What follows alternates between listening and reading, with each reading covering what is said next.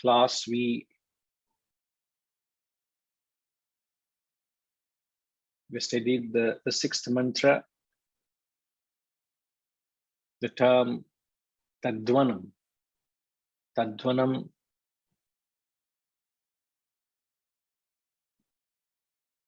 the Brahman which should be worshipped, should be meditated upon, upasitavyam. All beings very much love him. Saya etadevam vedabhihainago sarvani bhutani samvanchanti. Sarvani bhutani. So one who has developed that extraordinary capacity to identify with the Brahman, which is described here as Tadvanam, instantly is loved by all beings, as we understood, Brahman being the substratum, the lowest common denominator, that which permeates every being. Loving the self is loving all beings. Now, the difference between love and devotion. Love is a pure emotion. Many of us don't understand what that pure love is, because I can't think of anyone having pure love. As Oliver Goldsmith says, love is still an emptier sound, a modern fair one's just on earth unknown, if only found to warm the turtle's nest. He says, if only there is any love, it is there in the turtle's nest, he says. And if you know a turtle's nest, a turtle comes, you know, these turtles are extraordinary. They come to the same shore, the beach, where they were born. And they have a long lifespan. When they come back to the shore they were born, they lay the eggs, they cover it up with the soil, and they leave, never to meet its own offspring. What detachment. Where are they? Where are we? They're like our kith and kill, like an albatross around our neck. All the time hanging. Ayyo, my. All your life hanging. They hang around you, you hang on them, and then all hanging going on. Just do your job and get on, man.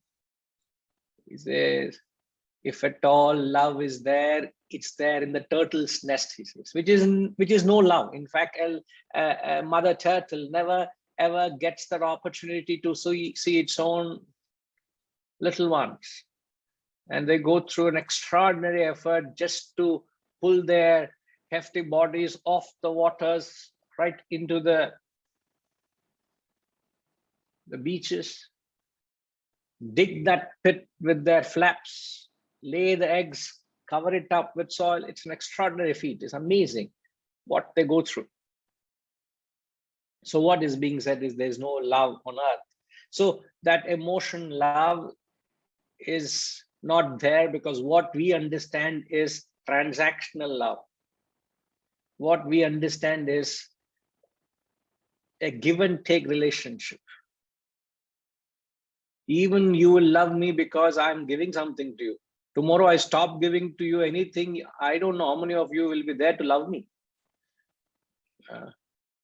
I'm not saying you will, I'm discounting you. I'm only saying how many of you would stand by is a question. And one who understands will not be surprised that everything is a transaction, which is nothing but a selfish love. A selfish love is nothing but attachment. So there is that element of selfishness which continuously pollutes our ability to identify. So it's important to develop this pure emotion of love without the polluting element of your own selfish expectations. So there is no difference between love and devotion. Love is nothing but an emotion. You identify with something, with things and beings. When you say you identify with things and beings, it's usually to people, to beings around your level or below you. Means you claim to love your friends, your family, your job, your belongings, etc. But when the same emotion gets elevated to something far beyond where you are, it instantly expresses as devotion. Like we would say, I'm devoted to my parents, I'm devoted to God, I'm devoted to my guru. The same emotion of identification, it becomes love when it is at your level, but it's elevated, it becomes devotion. The same feeling of identification. Now, what we are saying is, in this element of identifying, you must liquidate your selfishness. So you should not allow this emotion we all have to become impure. And what makes it impure is your own selfish attachment. The selfishness, the preferential emotions make it impure. So, and what that selfishness does is, the selfishness draws a boundary to your circle of identification. There's a beautiful saying in Vedantic studies that your home should be the center, not the boundary of your love.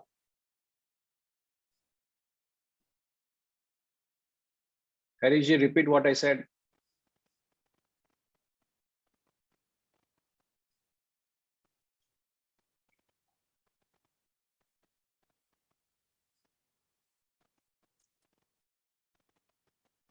Not unmuted. Vedantic study should be the center and not the boundary of your love.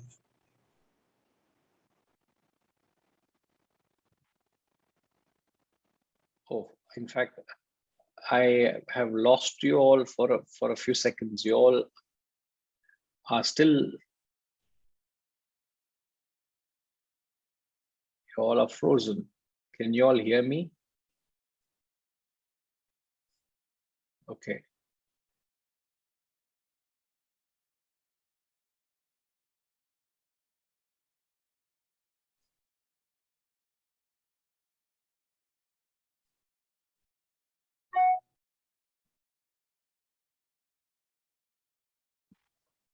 Hariom, can you all hear me now? All right. Okay.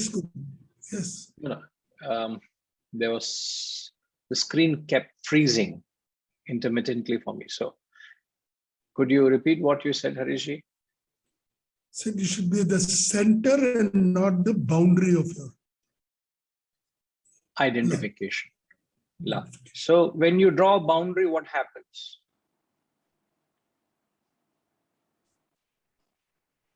Two things. One is there is something which is outside the boundary, which is not within. So you differentiate.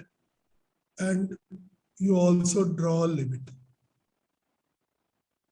What does it do? Otherness and limits. Yeah. It creates an otherness and it also limits, means it makes that feeling, sorry to use the word foul, isn't it? Because the moment it is restricted, contained, it doesn't permeate, it becomes negative, it becomes attachment. I could be attached to my religion, that also is foul. Other day, I was conversing with somebody and they vehemently hold on to a particular belief, a particular system, Hindutva, Hinduism. You attach to religion, that also is false. So in the name of religion, you are justifying to engender hatred, to engender otherness, isn't it? So you can go up to the level of your religion. You can be attached to your guru, then you will not appreciate other gurus. You will not appreciate other sources of wisdom. You can get attached to anything. So that is a drawback. When the emotion is pure, but when that emotion is not governed and controlled and directed, it becomes selfish. The same applies to love. The same principle applies to devotion as well. If that emotion is restricted, if that emotion is confined to a particular pocket, it becomes negative. You become fanatic. That's the drawback of having mere emotion, but emotion is essential. So the only way is to go beyond this attachment, is to keep raising your level of identification, and the safest is to identify with the self. The moment you identify with the self, the moment you identify, which he says here as Tadvanam, the Brahman, the all-pervading reality,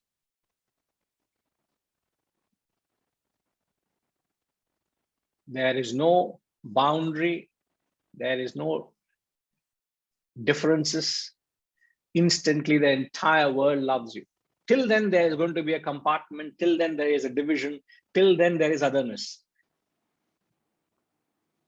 That we should be able to relate to it. And so we all have created some kind of imaginary partition because of our limitation, not being able to identify. So love for God is nothing but love for his creation. So if you truly love God, you must be able to identify with every being out there. So today, we are only able to identify.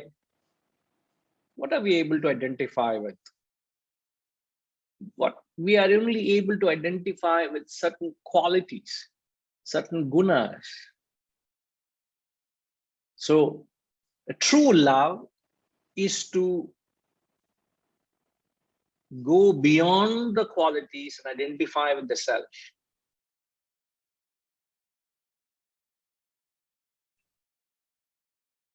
Today we are able to identify with someone because of the qualities or the gunas.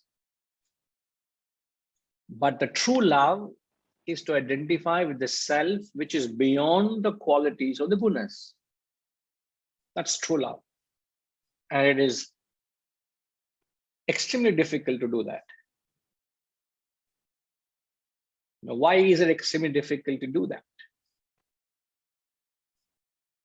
It's easy to say that, but it is important to understand why it is difficult to do that.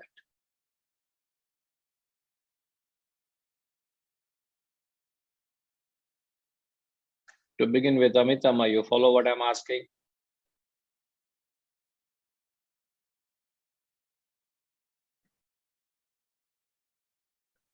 RM? Okay, perfect. Yes, Amitama. Yes, sir, I understand. Thank you. I also agree, like you said, that it is easier said than done. But why is it difficult? I guess, like you said, we identify, not identify, sorry. There is this element of what I want. It doesn't conform to something that I feel is right, you know? So there's this element of selfishness, as you said. What's the question? The question is, we know that we have to go beyond and identify with the self, which is beyond the qualities of the gunas, but it is easier said than done. It's not easy to do.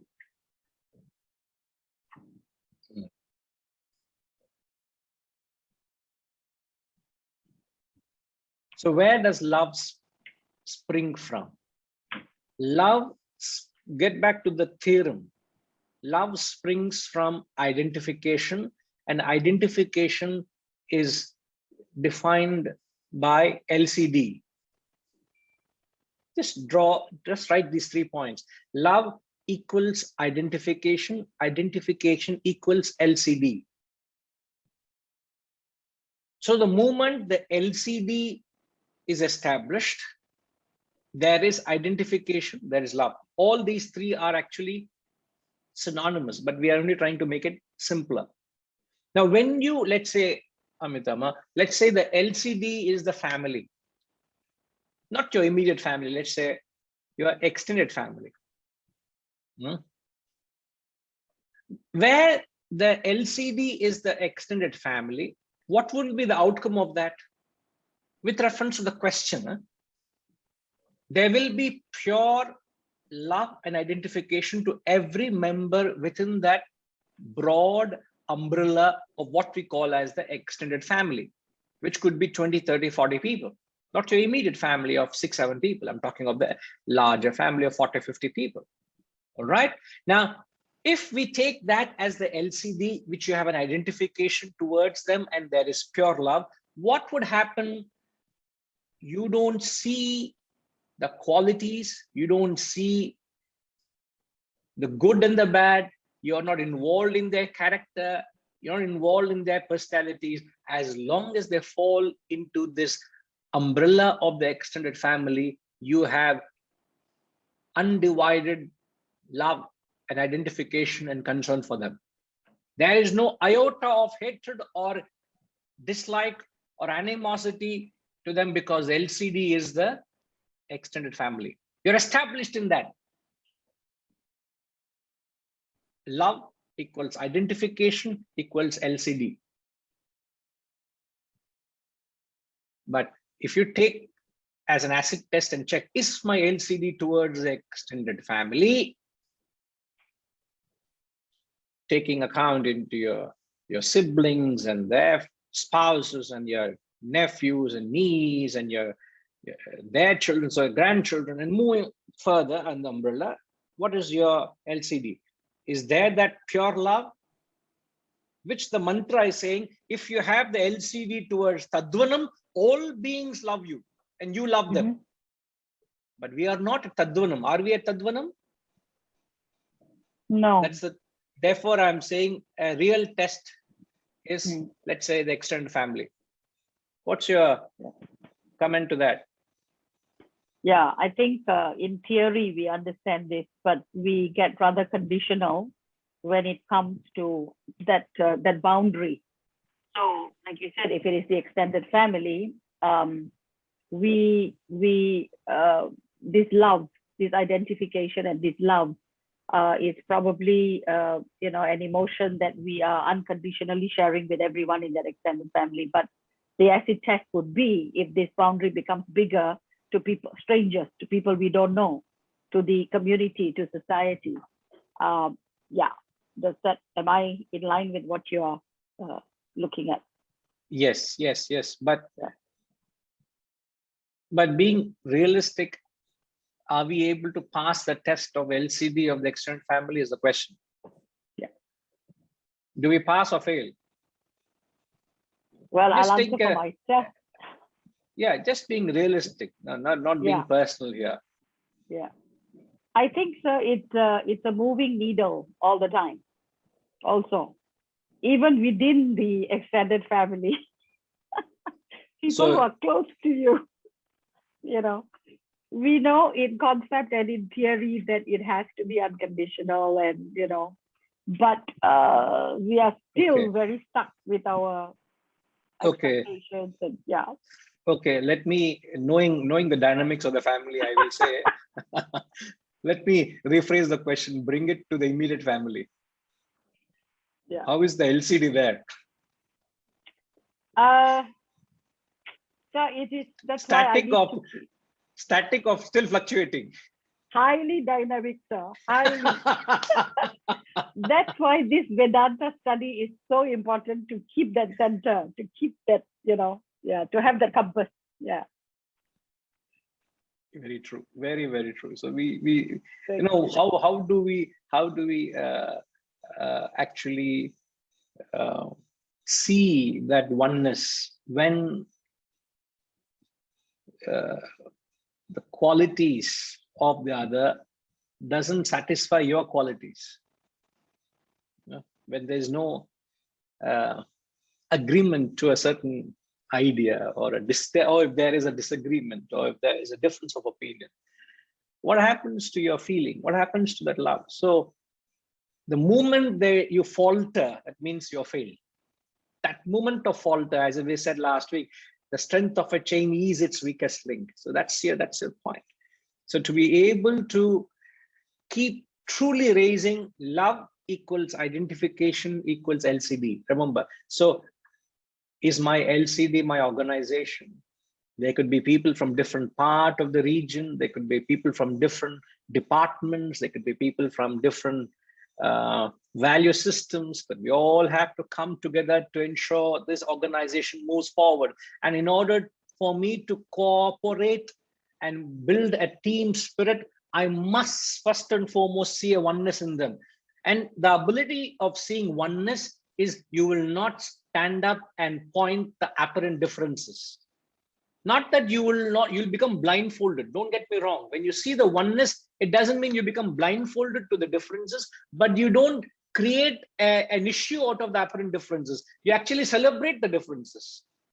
Each one is different. No two people are the same. So you celebrate the difference rather than complaining the difference. So is your identification, you say, identify with my organization. Okay, organization has every type of people, every type of individual, good, bad, indifferent, those. Are you able to identify with everybody? That is when you truly identify with the organization. The organization means everybody, isn't it? So it is a long way. Tadvanam is a long way. I'm not trying to demoralize you all, or myself here, but the objective is to gain clarity as to how we move to that level. And how do you ensure you keep moving? You consciously liquidate your own ego and your selfishness. The moment that polluting element is removed, instantly the love becomes pure. As we said, your home should be the center, not the boundary of your love. So that identification is there, but we are polluting it with our own selfishness and one's own limited ego. All right.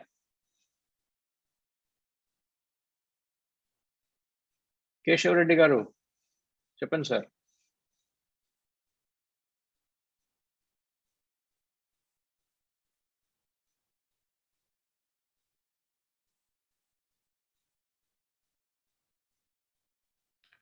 Pranam Swamiji. Namaskar sir. Harivam sir. Sir, LCD నాకు అర్థం కాలేదు sir. ఒకసారి చెప్పండి LCD అంటే. Okay. Now the LCD is, we spoke about it in the last class and earlier as well. LCD in mathematics, we call it as a lowest common denominator.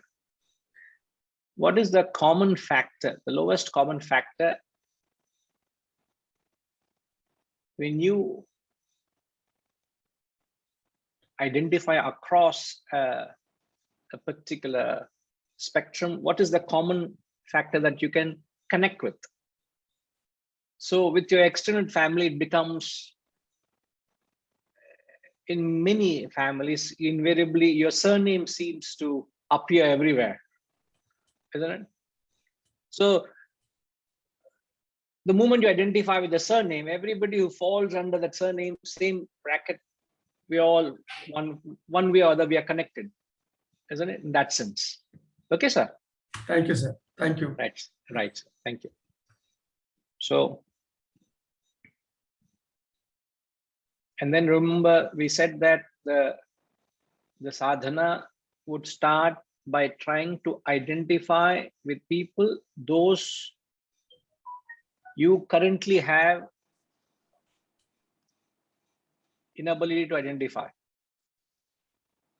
Your sadhana should start, your journey starts with where, not where you have love.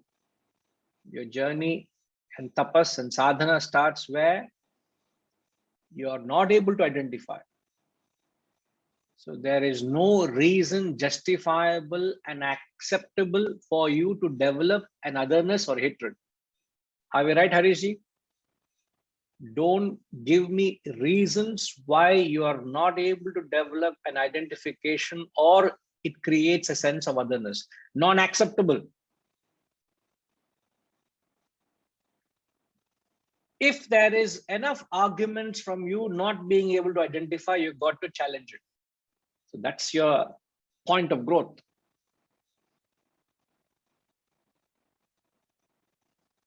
You may not even like to see that fellow's face, but still you'll have to find ways where you'll be able to identify with it.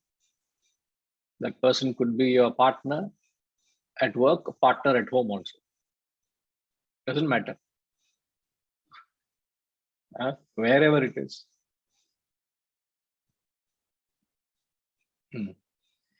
GP Garu, I'm only seeing 2 chairs, sir. That's what I don't know. You're raising your hand.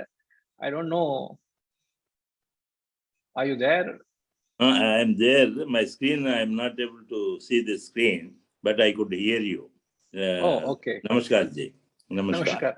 Namaskar. Okay. This is a Vasudeva Kutumbam. That is our main motto. To reach is, people say impossible, but it's not that impossible. The unconditional love to reach is really a great effort, and sadhana, tapassu, whatever is required.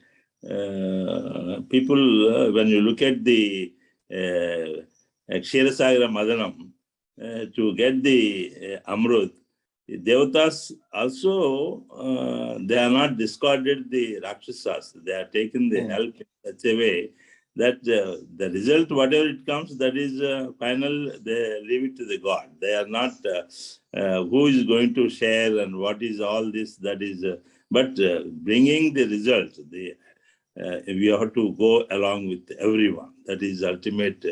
We can't say he is bad and other things. When it comes to the for any achievements, we have to go together. That is the Vasudeva Kutumbam, which is unconditional love.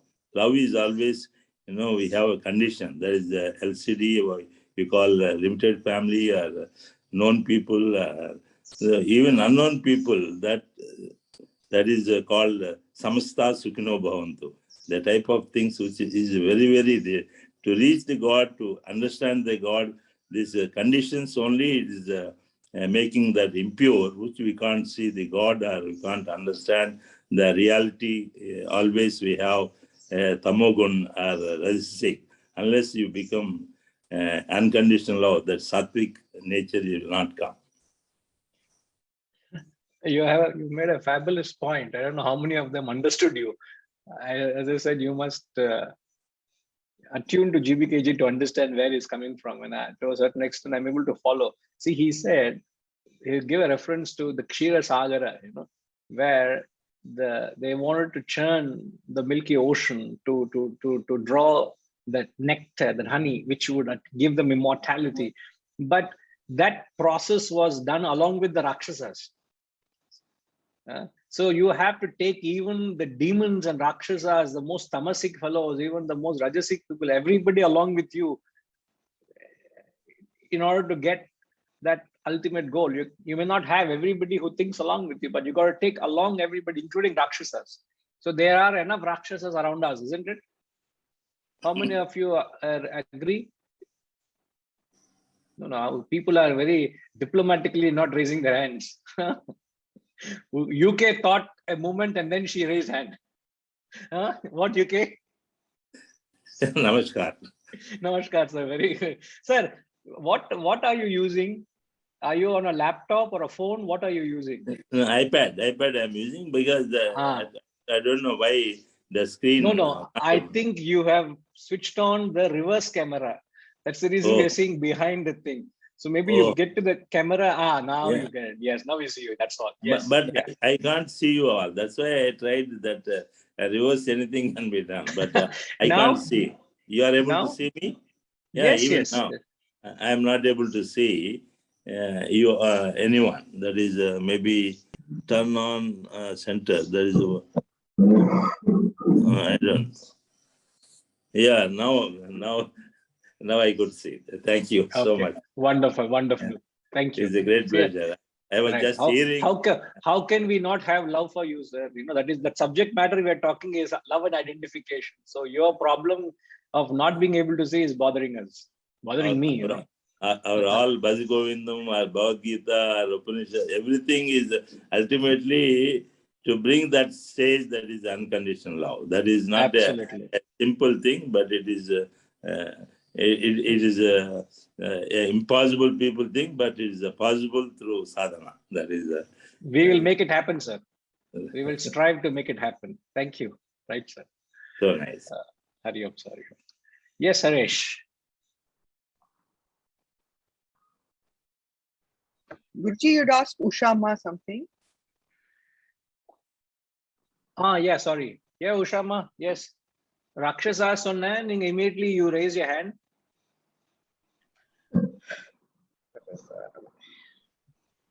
We can hear you. Okay, Namaste Guruji. No, I was trying to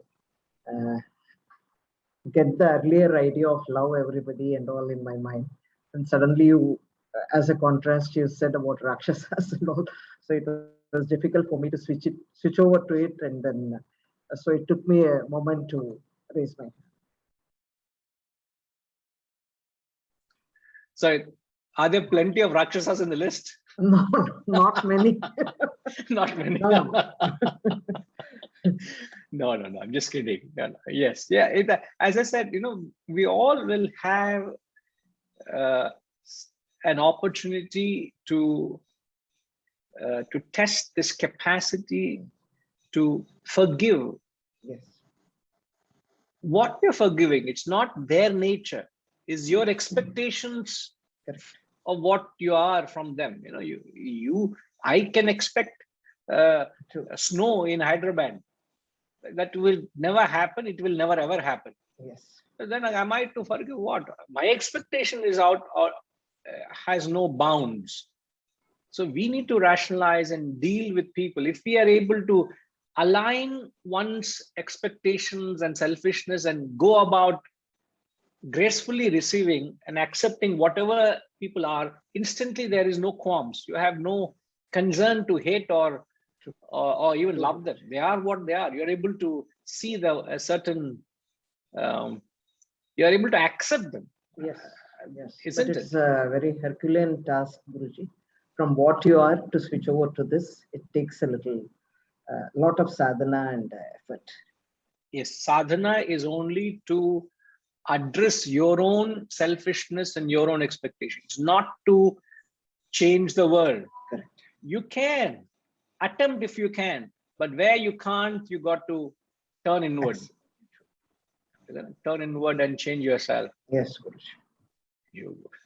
From the moment we get up, first act of ours is to brush our teeth, to clear ourselves of the impurities. You have a shower, then you go exercise, you start attending to your chores, to every aspect of your work. Is it not striving to improve yourself and the systems and the administrativeness to make it perfect? Yes. You clean your home, every aspect of it we're trying to change and purify. But there are certain things which is beyond change, because the change can only happen from within them. Yes. That is where we got to. So when we say change yourself, not the world, doesn't mean you should don't attempt it. Wherever you can, you should, isn't it? Very true. Yes. Yeah. So let the Rakshasas be where they are. I know. Huh? But they should not be in your heart. True. Very, very true. Okay. Right. Right, Ma. Namaskar. Yes, Harish. Hari Om Guruji.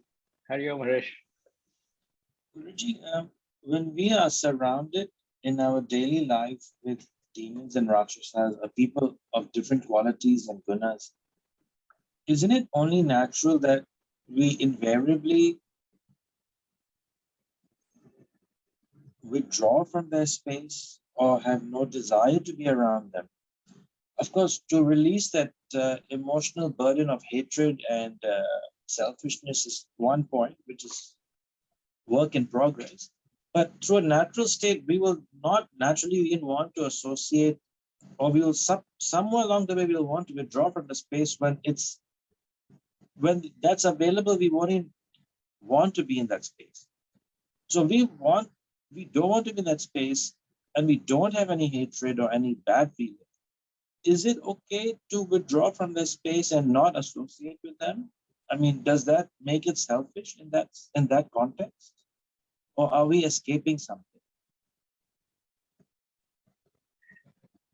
Not at all. That is not called escapism. That is the sadhana. That is what do you call that? What is that Sanskrit word for that? Anybody?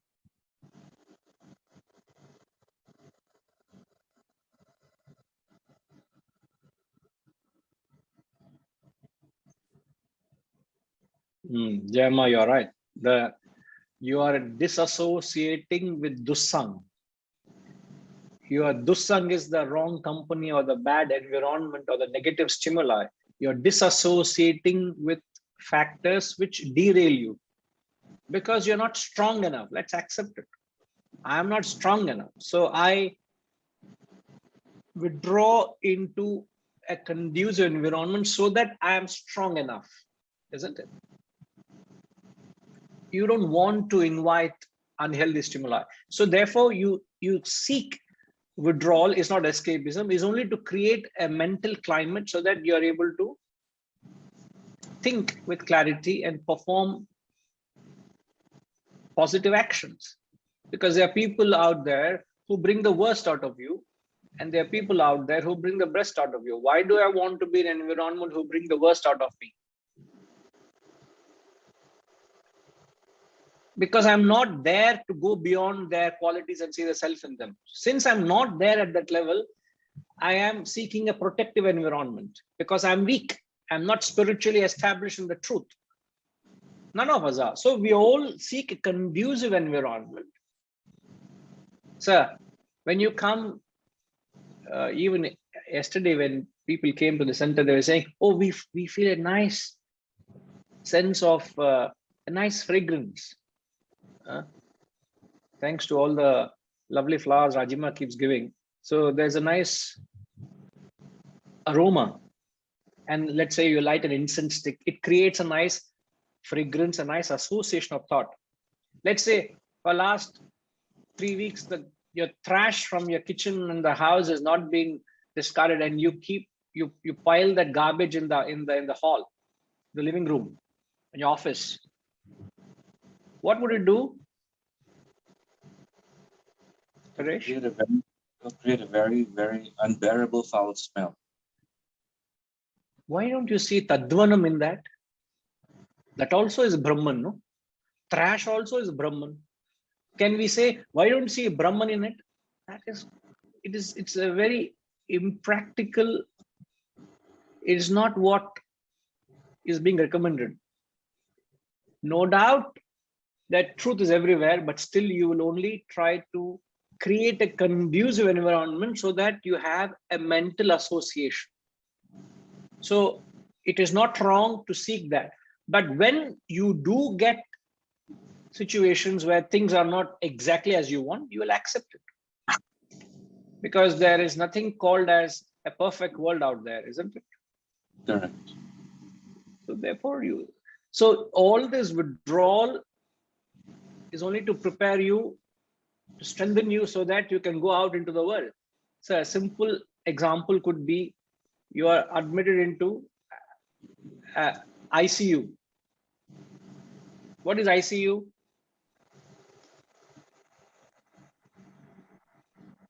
It's basically somebody in a medical emergency state. A state where they are very weak.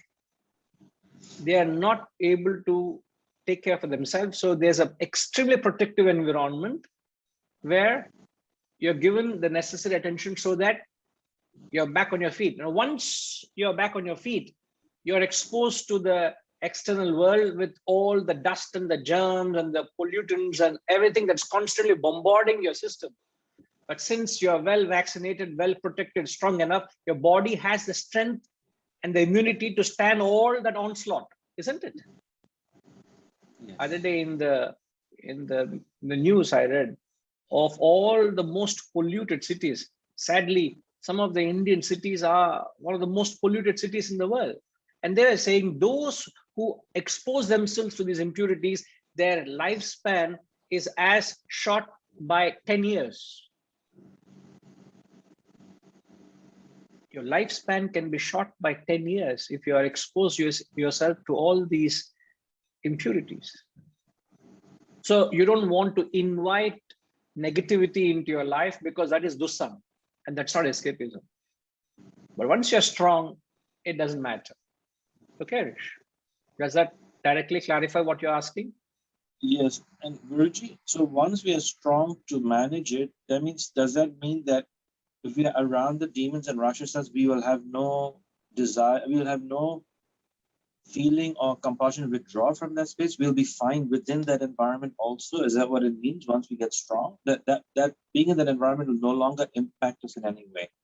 So what would happen thereafter is you will start impacting the environment rather than the environment impacting you. I am weak and I'm seeking a good environment so that I become strong and good. Once I become strong and established in this goodness, wherever I go, I transform the people and their mindsets and thoughts with your love and your feeling to embrace them. There is no hatred, there is no anger, there is no otherness. So it is your love that transformed them. There's a saying, men who came to scoff began to pray.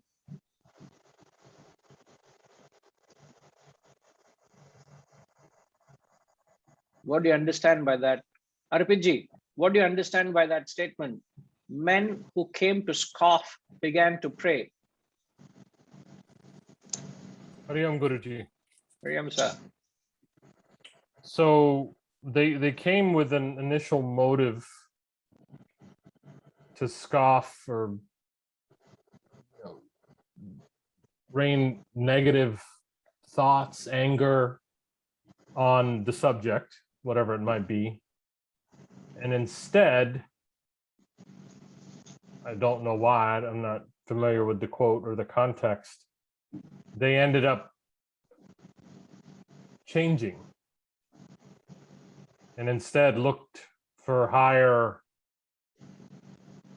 cause, duty, obligation, and moved away from that sort of negative state, if you will.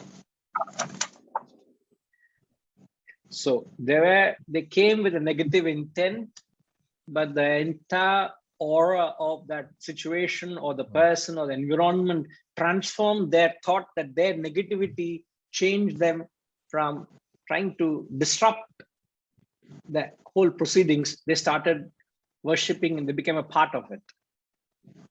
So you should become so strong that your personality can influence their thinking. That's the point I'm making, Harish. Perfect, Yes. RPG.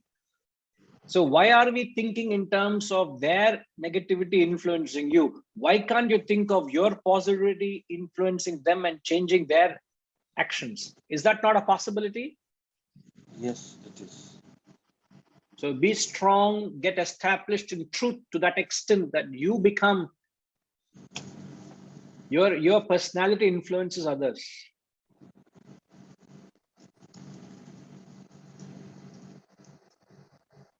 Yes, Guruji. Very clear.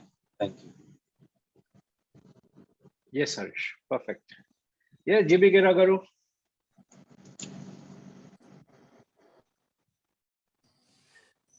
The devatas, if they can get the nectar, they don't need the Rakshasas. When you want something which is a great, which you can't do yourself, then you have to go along with the others, which you have to take the help. It doesn't mean that, they are, again, the tactics, the way they use, they know, they understand what Rakshasas gunas. They went first to the head side of the poisonous snake to, churn it. That snake is a very poisonous. It gives the poison time to time, continuous. They went to that side. They know that if they go to other side, the Rakshasas will say, no, other side. Understanding the psychology, they went first that side. Then Rakshasas came, no, we are not small. You go other tail side. We'll take up that. Like that, there's a lot of the discriminative power in them and how to make use of it. Otherwise, nothing. Life will not start without a scavenger or without any cleaners, and everyone is their job is duty is everyone's duty, including the snake, including the insect, or whatever we have, the type of microbes. Without them, we can't. In our body itself, we have a lot of the bad bacteria, good bacteria, everything is made out of it. So we can't say this is a bad bacteria. It cannot be. To some extent, including cancer cells, are there in our body. But when it comes, fighting nature, the limit is created by the God. So that is ultimately we have to think that everything is created by God. We can't say no to anything. So we have to have the total concept that everything is created. What extent, we have to be with them or to take help to that extent, not to make the friendship with the bad things or bad people. So, Right, sir. Sure. yeah, Okay, sure. Thank you. Yes. Yeah, Hari ji. Yes, sir.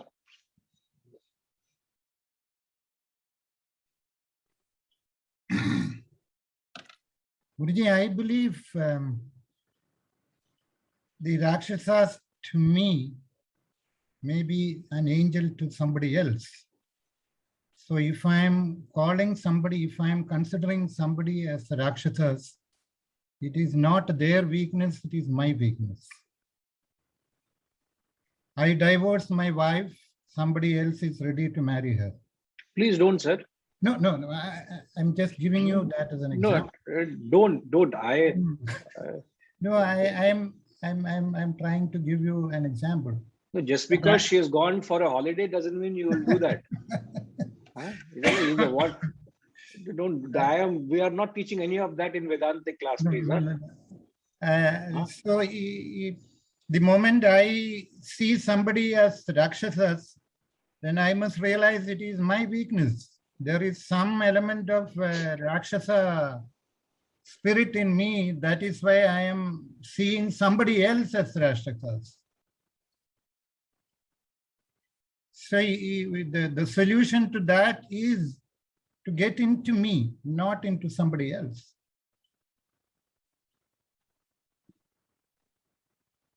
Absolutely. In fact, you have given a beautiful conclusion to the discussion we are having, because it's not the world you see is based on your perception, Yeah. So what is the lens through which you see the world, that's right, so that's what we are saying, if you're able to go beyond the negativities, beyond the qualities, and identify with the self, there is no Rakshasa or angel. It's all in your own mind. Because I always think I am the best. All others are. If I find somebody else is not, I'm not able to get along with somebody else, then I don't think of my weakness. I feel that they are weak. Very true.